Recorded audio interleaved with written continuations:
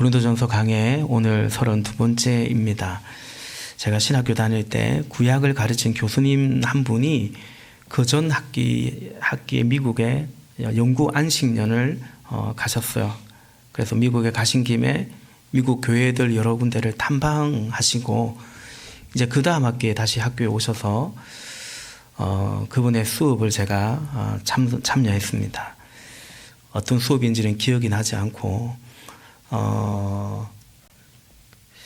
언젠가 우리 교회에서 얘기한 것 같기도 한데 미국에서 유명한 교회 중에 하나였고 꽤 교회가 많이 부흥하고 성장했고요. 그 목사님은 이제 꽤 연로하셔서 은퇴를 몇 년 앞둔 그런 시점에 있는 교회였습니다.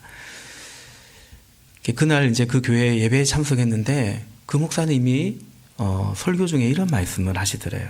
자신의 이야기를 하시는데 본인이 교회를 개척하고 젊었을 때 하나님께 병 고치는 은사를 달라고 기도했대요. 신자들 중에 어디 가나 아픈 사람 있지 않습니까? 신자들을 위해서 기도하고 그 신자들이 병 고침 받으면 좋겠다. 이것이 이제 목사의 마음이기도 하니까 그 은사를 구하며 기도를 했는데 하나님께서 왜 그 은사를 구하냐 물으시더래요.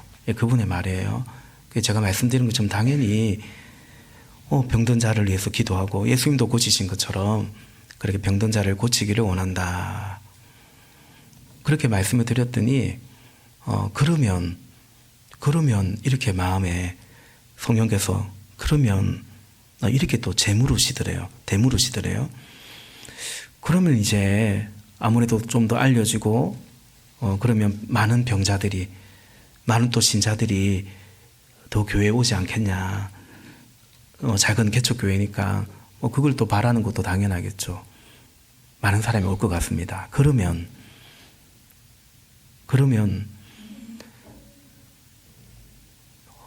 헌금도 더 많이 들어오고 자기가 재정적으로도 이렇게 힘들지 않을 것 같다고 더 많은 사례를 받을 수 있을 것 같다고 그렇게 하나님 앞에 그런 고백을 했대요.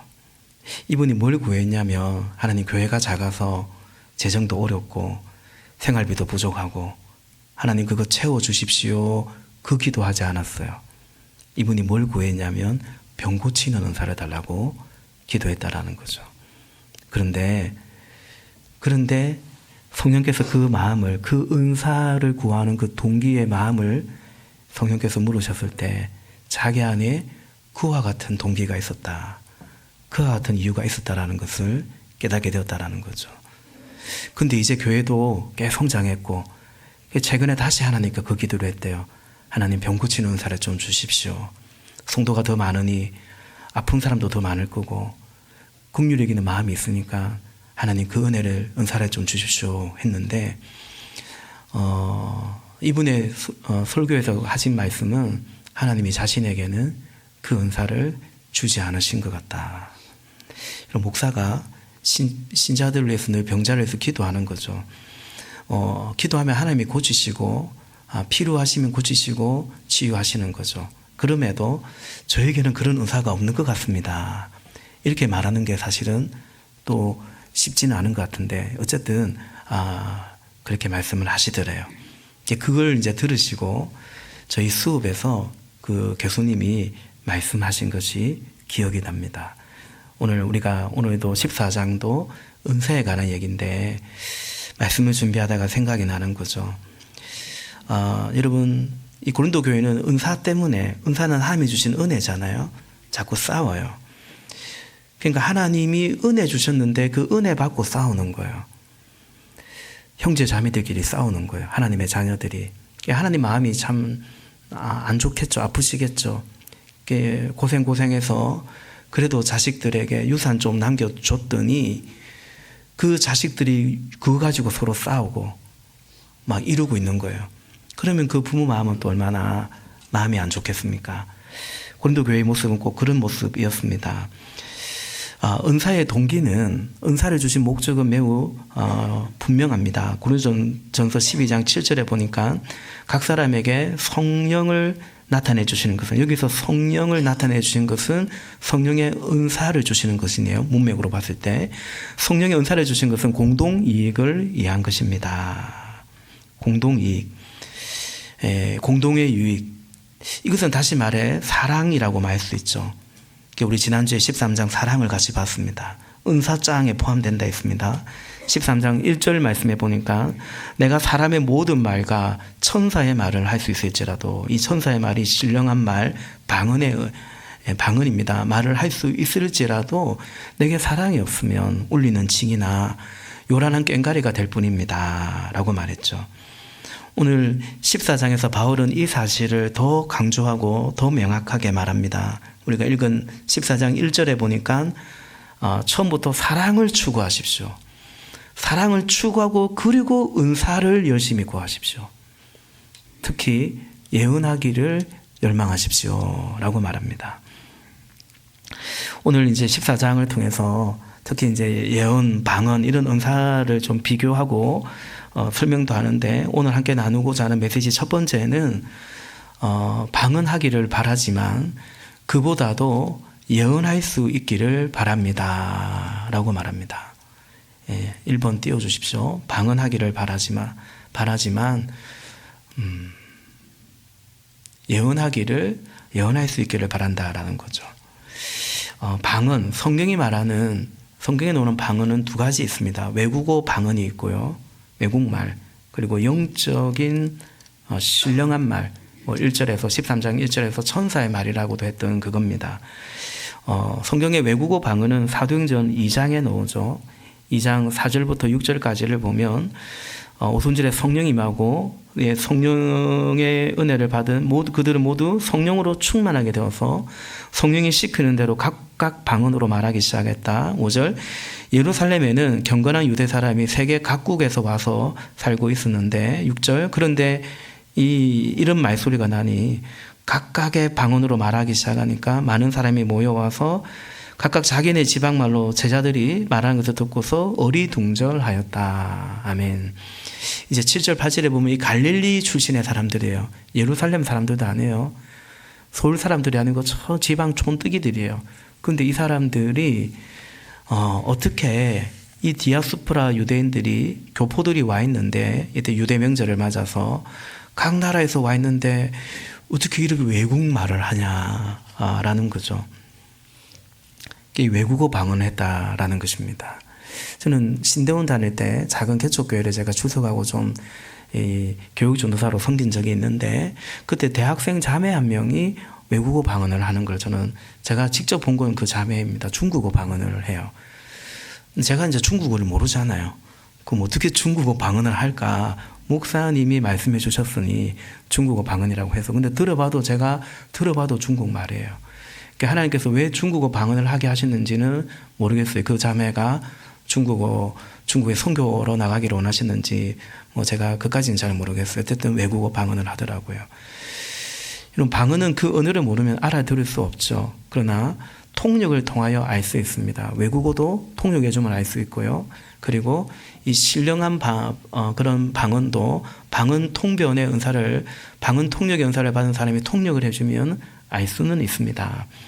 2절에 보니까 방언은 하나님께 하는 거다. 방언으로 말하는 사람은 사람에게 말하는 것이 아니라 하나님께 말하는 것입니다. 아무도 그것을 알아듣지 못합니다. 그는 성령으로 비밀을 말하는 것입니다. 또 방언은 자신에게 유익이 되고 덕이 된다. 4절 말씀에 방언으로 말하는 사람은 자기에게만 덕을 끼치고, 이렇게 또 말합니다. 또 방언은, 이 14장에서 바울은 방언은, 이 신령한 방언, 이 방언은 그러니까 알아듣지는 못하는 거죠. 본인과 하나님과는 소통하고 있지만 다른 사람들은 알아듣지 못하는 이 방언은 공적인 자리에서, 공적 예배에서 통역 없이 방언으로 공적인 기도를 하거나 설교를 하는 것을 금했다라는 것입니다. 9절 말씀해 보니까 9절, 이와 같이 여러분도 방언을 사용하기 때문에 분명한 말을 하지 않는다면 그 말이 무슨 뜻인지 남이 어떻게 알겠습니까?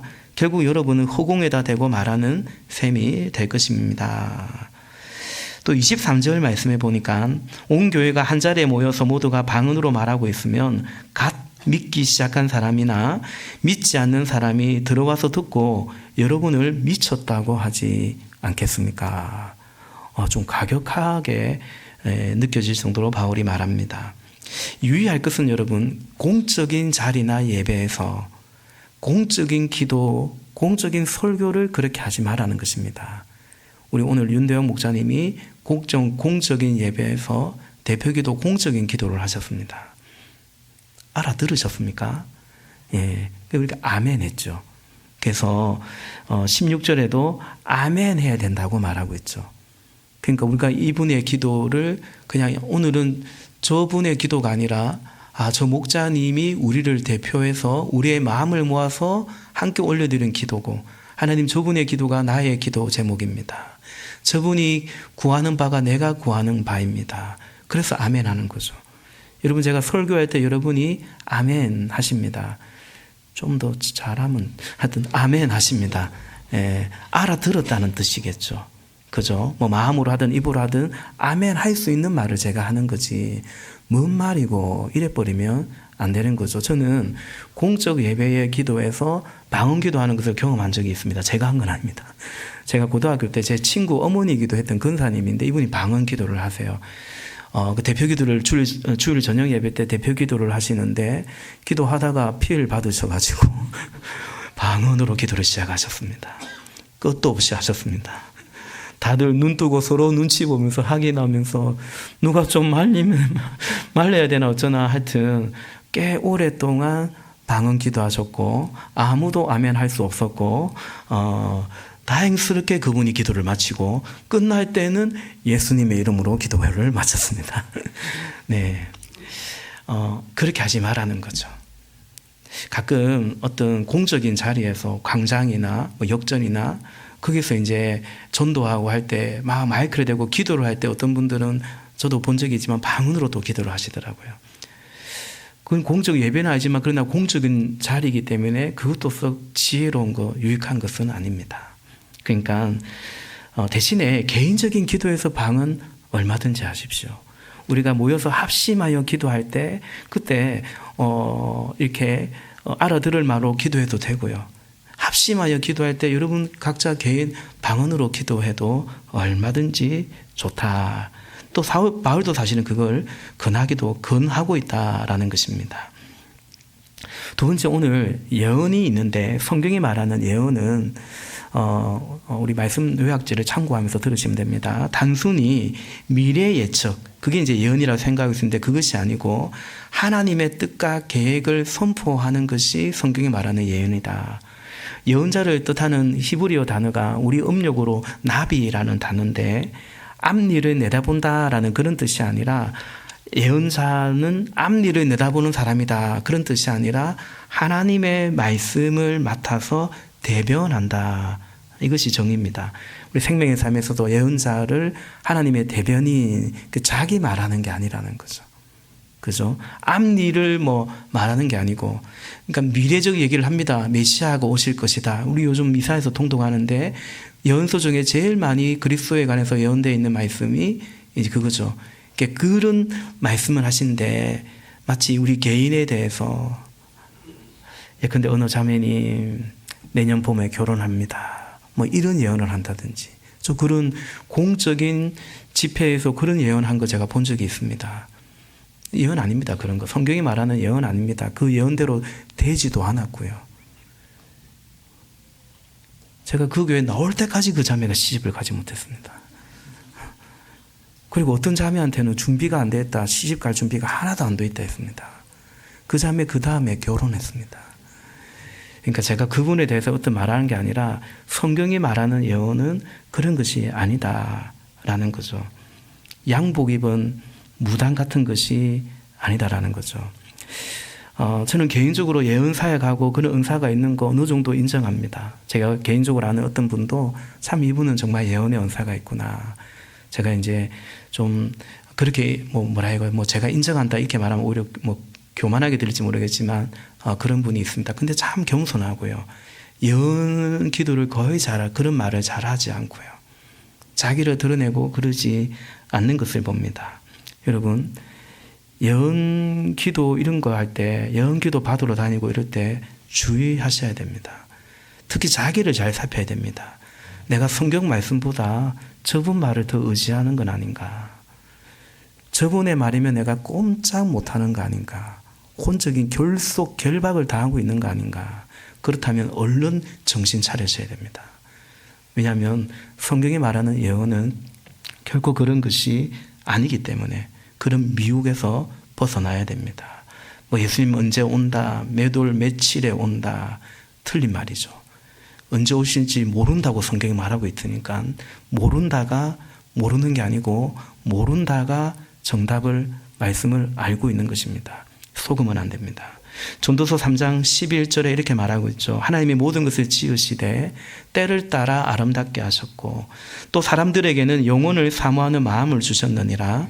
그러나 하나님이 하시는 일의 시종을 사람으로 측량할 수 없게 하셨도다. 아멘. 우리에게 우리 인생에 여러 가지 때가 있죠. 히브리서 말씀에 우리 때를 따라 도우시는 은혜라고 있어요. 하나님이 저와 여러분 우리 인생의 때를 아름답게 인도해 주시고 도우실 것이다. 이거 우리 믿는 겁니다. 그리고 우리 신자들에게는 영혼을 사모하는 마음을 주셨어요. 아멘이십니까? 이거 우리 믿는 거예요. 그러나 하나님이 하시는 일, 역사적이든 우리 각자의 개인의 역사든 그 시종을 우리는 측량할 수가 없는 것입니다.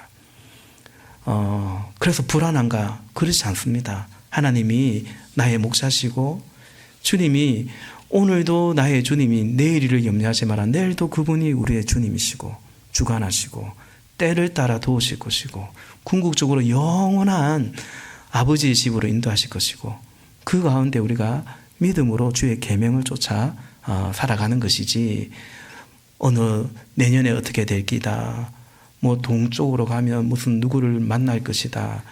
그런 곳에 절대 속지 않아야 된다. 성경이 말하는 예언이 그게 아니다라는 거죠. 자, 그러면 바울은 왜 14장에서 방언하기보다는 예언하기를 바란다 말하는 이유가 뭔가?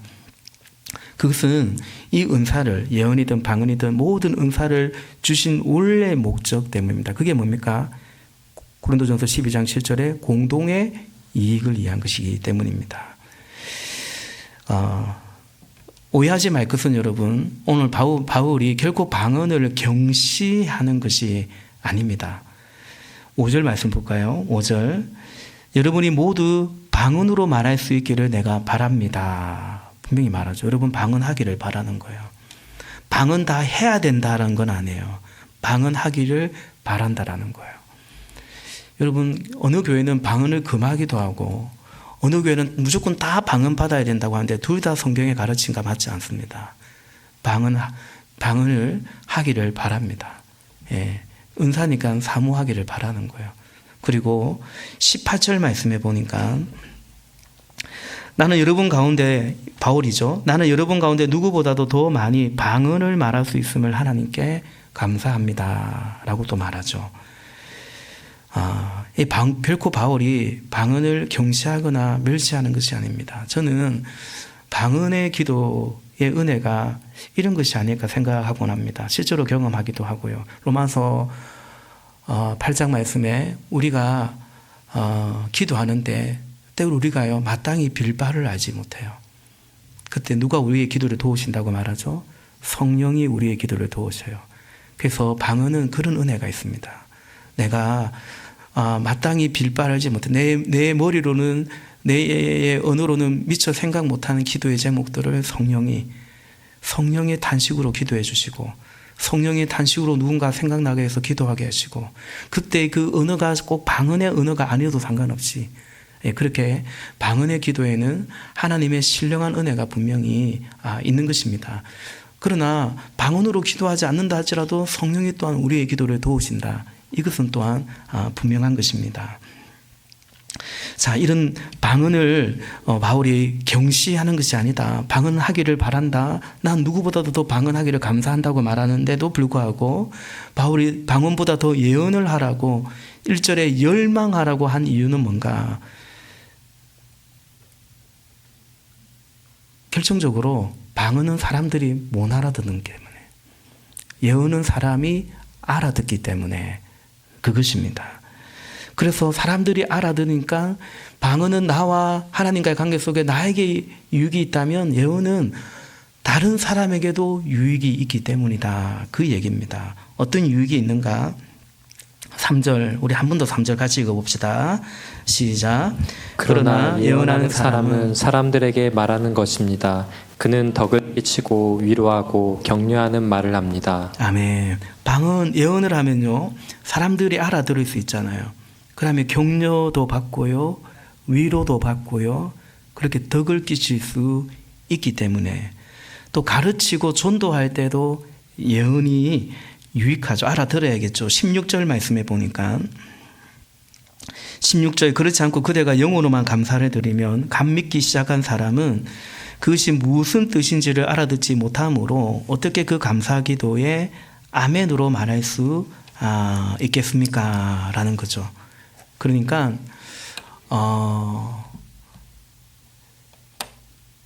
못 알아듣는데 뭘 배우겠냐는 거죠.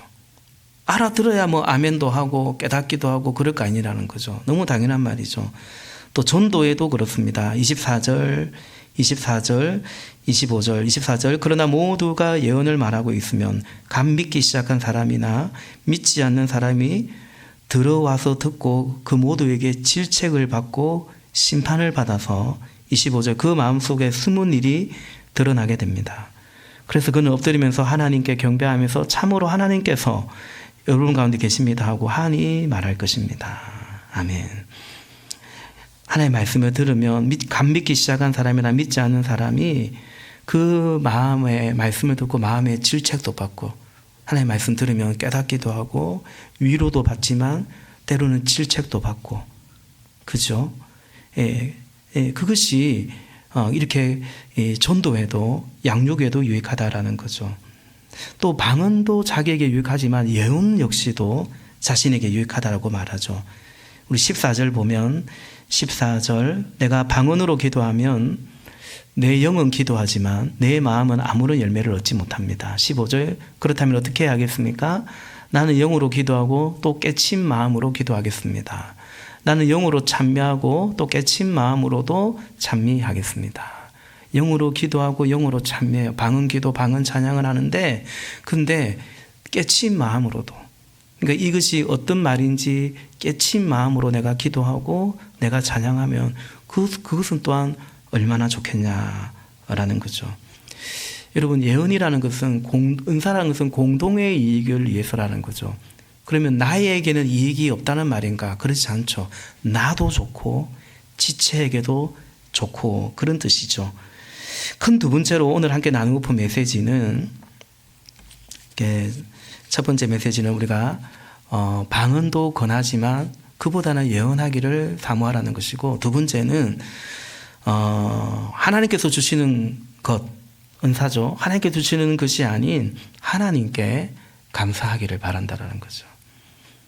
사람에게도 우리가 그럴 수 있어야 된다라는 것입니다. 바울이 은사 얘기를 이렇게 많은 분량으로 하려 하는 이유는 이거 가지고 다투고 있기 때문이다라는 거죠.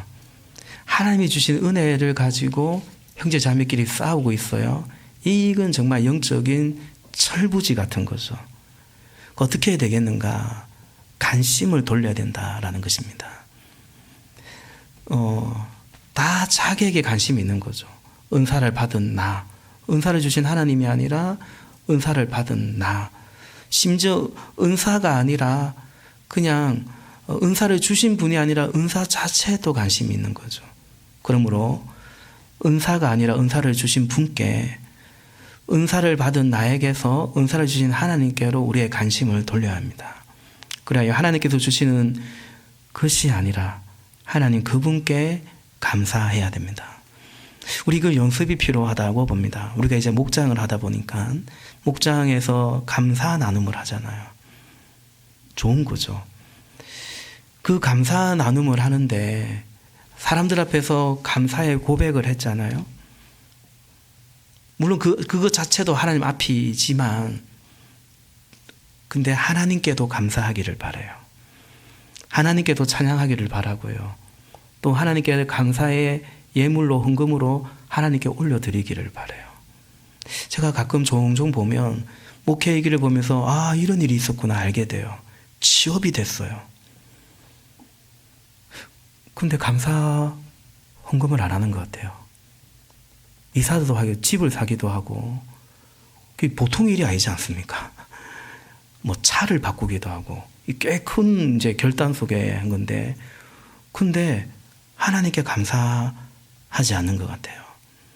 하나님께서 주신 것을 인정해서 감사 나눔을 한다면 그것이 아닌 당연히 그것이 구체적으로 감사하지만 하나님께 감사하는 것이 중요합니다. 더 나아가 사람에게도 우리가 그렇게 해야 됩니다. 그 사람이 나한테 잘해준 거, 나한테 해준 거, 그거 기억 오래 가지 않습니다. 그러다가 조금 섭섭하고 서운하면 그거 기억 희한하게 오래 갑니다. 그 사람이 한 거 아니라 그 사람에게 고마워하고 감사하는 것이 우리에게 필요합니다. 저도 이번 한 주 설교를 묵상하고 준비하면서 내가 우리 성도들에게도 더더욱 그렇게 해야겠다. 어떤 분이 참 열심히 이것도 하고 저것도 하는데 요즘 뭐가 바빠서 뭐가 그래서 좀 못한다. 그런 걸로 신자를 보지 않고 그분에게 그분 자체에 기이 여기고 사랑하고 섬기는 것. 우리 목사님들뿐만 아니라 우리 신자들을 내가 더욱더 그리 대해야 되겠구나. 그렇게 기도하고 또 회개하기도 하고 그랬더랬습니다. 여러분도 그럴 수 있기를 원하는 것입니다. 교회가 뭐 어떻다 이 교회의 고마운 마음 다 주께서 세우신 교회니까요. 또 목회자에게도 좀 그럴 수 있으면 좋겠다. 그런 마음이 들어요. 와, 오늘 설교 마음에 드네. 아, 목사님 좀 괜찮은데. 그러다가 다음 주에는 오늘 막 설교 왜 이렇노? 아, 목사님 진짜 그때 좀 너무 그러지 마시고 좀요 그러지 마시고 그냥 우리 목사님인갑다. 또 우리 목자님인갑다. 우리 집사님인갑다. 이렇게 서로 그렇게 여기시기를 바라는 거죠.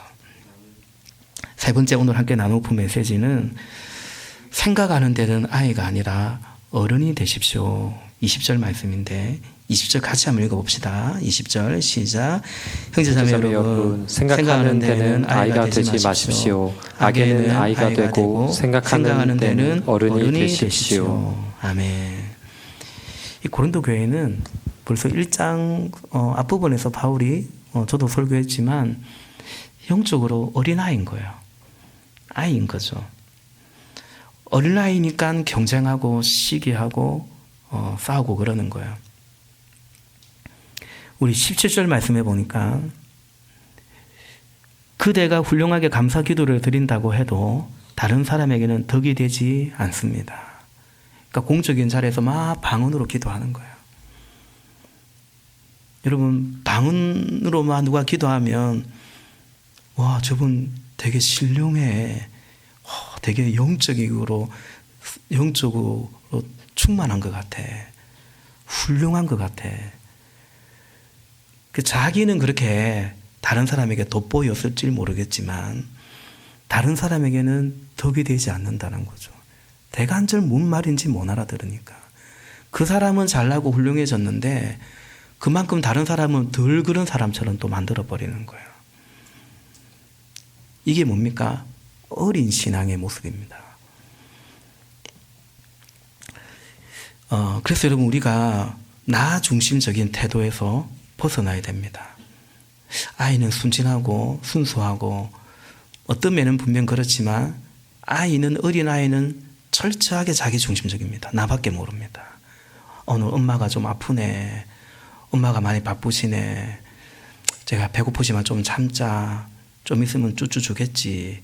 그런 아이가 어디 있습니까? 무조건 내 배고프면 내 불편하면 고래고래 울어 제끼지 않습니까? 왜요? 아이니까요. 나 중심적인 태도에서 벗어나야 됩니다. 그래야 여러분 사랑을 경험하게 됩니다. 사랑을 받는 것도 경험하게 되고요. 나 중심적이면요. 누가 사랑을 해줘도 사랑으로 잘 안 받아들입니다. 뭐야? 왜 잘해주는 거야? 왜 자꾸 뭐 갖다 주는 거야? 그러니까 뭘 바라는 게 뭐야? 이러면 나도 또 해줘야 되잖아. 부담되네. 그러니까 자기 모든 걸 자기 중심적이면 사랑을 받는 것도 어렵습니다. 우리가 VIP를 섬겨갈 때, 또 지체들을 섬겨갈 때 거기까지 우리는 사실은 이해할 필요가 있습니다. 사람은 자기 중심적이고, 그리고 이런저런 또 변질된 사랑을 또 겪기도 했기 때문에 사랑 자체를 순수하게 받아들이는 것보다는 굉장히 경계심이 많습니다. 거기까지 우리가 사실은 이해하고 품어주고, 또 거기까지가 주는 우리 입장에서는 사랑이 분명합니다. 사랑, 자기 중심에서 벗어나야 사랑을 받을 수도 있고 당연히 사랑을 주겠죠. 자기 중심적이면 자꾸 복잡하고, 지난주 말씀처럼 평범하고 단순하지 않고 자꾸 복잡하니까, 계산하니까 그래요 요만큼 하죠, 요만큼. 이미 사랑 아닌 사랑을 하게 되죠. 예, 이 자기 중심적이죠. 우리는 참 이것이 굉장히 깊고 뿌리가 깊어요. 우리 이것과 싸우는 거죠. 자아와 이 에고와의 싸움을 해가는 것입니다.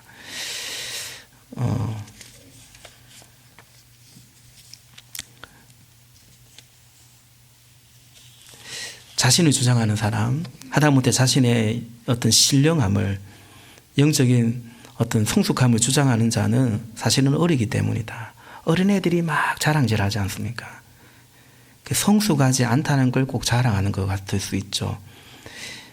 시기하고 다투고 삐치고 어리기 때문입니다. 어린아이들이 잘 삐치고, 근데 또 나이 많아도 오히려 막 연세가 많을 때 또다시 어린아이가 되는 것 같아요. 사람은 쉽게 서운해지고 또 그럴 수 있거든요. 왜냐하면 약하기 때문이죠. 그걸 또 이해해야 됩니다. 고린도전서 3장에 보니까 3장 1절에 형제자매 여러분, 나는 여러분에게 영에 속한 사람에게 하듯이 말할 수 없고 육에 속한 사람 곧 그리스도 안에서 아이 같은 사람에게 말하듯이 하였습니다. 3장 3절에 뭐가 육에 속한 사람인가? 여러분은 아직도 육에 속한 사람들입니다. 여러분 가운데 시기와 싸움이 있으니 여러분은 육에 속한 사람이고 인간의 방식대로 살고 있는 것이 아닙니까? 우리 생명의 삶에서 이거 같이 배우죠. 그때 생명의 삶에서 본 PPT 한번 봅시다. 무엇이 영적인 것인가? 고린도전서 1장에 보면 이 바울이 고린도 교회는 언변에 풍부하고 지식에도 풍부하고 은사도 풍부하고 체험도 풍족했어요. 영적인 거죠. 바울은 다만 그렇게 보지 않는 거죠. 왜냐하면 3장에서 봤던 것처럼 이들이 서로 시기하고 질투하기 때문에. 그러니까 결과적으로 이들이 풍족한데 언변에도 전도 잘하는 거예요. 전도 잘하는 그러나 어린이. 성경 많이 아는 그러나 어린이. 기도 많이 하는, 방언 기도하는 그러나 어린아이. 교회 봉사 잘하는데 자꾸 시기하고 질투하고 싸워요. 교회 봉사 잘하는 뭐예요? 어린이라는 거죠. 그 다음 PPT 볼까요? 그래서 영적 성숙함은 뭐냐? 결국은 나의 에고, 이 자아가 죽는 겁니다. 자기를 부인하는 거죠. 그래서 교회가 시끄러운 이유는 애들 모이면 시끄러운 것처럼 어려서 그렇구나. 예. 그래서 어려서 그렇구나 돌봐주고 또 가르쳐주고 키워주고 그렇게 해가야 되는 거죠. 그러므로 여러분, 어른이 된다는 것은 뭡니까? 언제 우리가 어른이 됐냐? 철이 드는 겁니다. 철이 든다는 것은 이제 다른 사람 생각을 하는 거죠. 자녀가 철이 들면 우리 엄마 아빠가 나 키운다고, 나 공부시킨다고 고생이 많구나. 내가 조금이라도 보탬이 돼야지, 힘이 돼야지. 이게 이제 철이 드는 겁니다. 나 아닌 다른 사람에게 관심이 가고 품어가기 시작하는 것입니다. 그래서 생각하는 데는 어린아이가 되지 말고 어른이 되라고 말하는 거죠. 그러니까 내 은사 더 돋보이려고 막 자랑하고 이러지 말고, 그래서 다른 사람 깔아내리지 말고 그 어린아이들이나 그러는 거다. 어른이 되라, 철이 들라, 영적으로 말하고 있는 거죠. 마지막 오늘 함께 나누고 본 메시지는 예언하기를, 사랑하기를 열망하십시오 라는 거죠. 우리 1절 다시 한번 볼까요? 사랑을 추구하십시오. 신령한 은사를 열심히 구하십시오. 특히 예언하기를 열망하십시오. 그러니까 예언하기를, 다시 말해서 사랑하기를 열망하라. 그래서 은사를 사모하라는 것입니다. 3절에 보았던 것처럼 예언은 덕을 끼치고 위로와 격려의 말을 하는 것입니다. 꼭 말이 꼭 예언은 아닙니다. 위로와 격려는 편지를 통해서도 할 수 있고요. 섬김을 통해서도 할 수 있고요. 선물을 통해서도, 기도를 통해서도 할 수 있죠. 그리고 사랑을 추구하는 한 우리 모두가 다 예언을 하고 있다라는 거죠. 이 고린도전서 14장에 최은기 목사님이 쓴 책에 보면, 설교집에 보면 아예 14장의 설교 제목이 우리는 다 예언 사역을 하고 있습니다. 이게 설교 제목이에요. 왜? 우리는 다 이미 누군가에게 위로를 하고 있고 격려를 하고 있고 덕을 끼치고 있기 때문이다라는 거죠. 다 할 수 있습니다. 지난주 말씀처럼 난 믿음 없다 하지 마시고, 사랑 없다 하지 마시고, 난 예언하지 못한다 하지 마시고 예언하시기를 바랍니다. 예언을 열망하시기를 바랍니다. 사랑을 추구하시기를 바라요. 오늘 우리 조승민 목자가 간증을 했지 않습니까? 조승민 목자가, 제가 어제 그 목장을探방을 했는데 그 목장에서 간증을 미리 자기 목원들에게 해주더라고요. 목원들이 2부 예배에 오니까 참 은혜가 돼요. 우리는 이미 다 축사 사역을 하고 있는 것 같다고. 거의 정확하게 그 가명이지만 책에 나오는 그 게일이라는 그 자매님을 신령한 부부가 뭡니까? 친절하게 같이 책도 읽어주고 성경도 읽어주고 함께하고 예배도 드려주고, 말 못하는 귀신이 들렸는데, 성경에도 그런 귀신이 있잖아요. 근데 이 자매에게서 그 악한 영이 떠나간 거예요. 그러니까 여러분, 귀신은 더러운 거 좋아하거든요. 근데 계속 깨끗하게 하면, 집이 계속 깨끗해지면 바퀴벌레가 갑니다. 밀쳐내는 거죠. 못 살아서 나갑니다. 못 살아서. 그게 축사라는 거죠. 굶겨 죽이는 거죠.